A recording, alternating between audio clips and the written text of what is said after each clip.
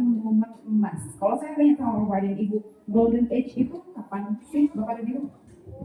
Golden Age-nya manusia? Ada yang tahu? Usia emas itu kapan? TK PAUD itu Golden Age. Benar? Benar. Tapi ternyata setiap fase hidup manusia semuanya itu Golden Age. Hanya pada sektor apa? Usia 0 sampai 7 tahun itu adalah Golden Age-nya di bidang perasaannya. Maka dalam Islam, proses mengenalkan Tuhan itu paling krusial di usia 0 sampai 7 tahun. Makanya kewajiban sholat ada di usia berapa tahun? 7 tahun.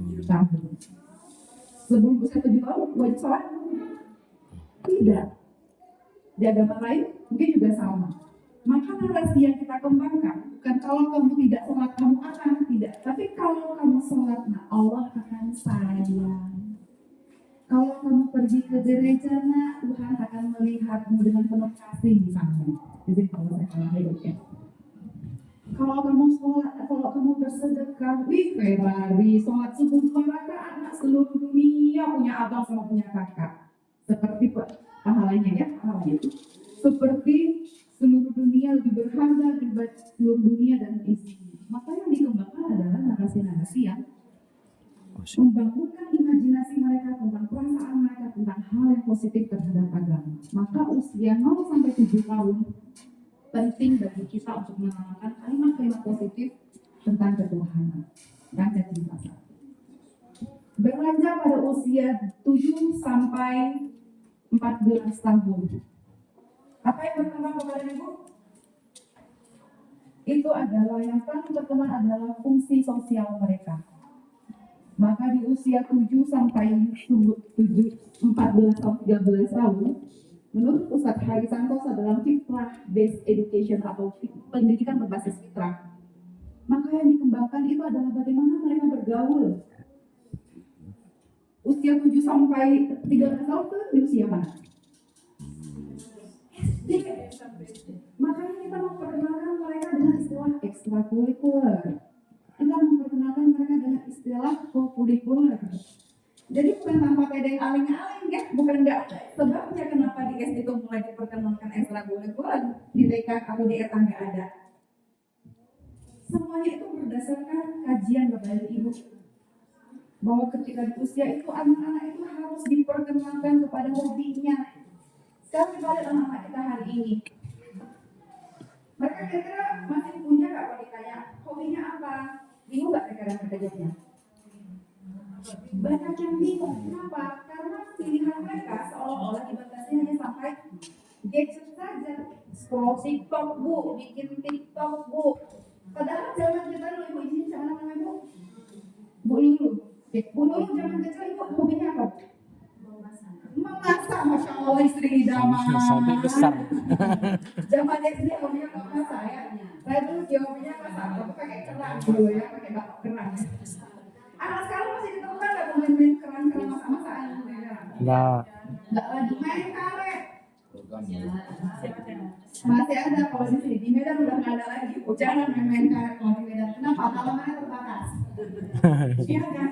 Mau tidak mau sudah berdasarkan anak-anak kita akan menghadapi tantangan yang berbeda.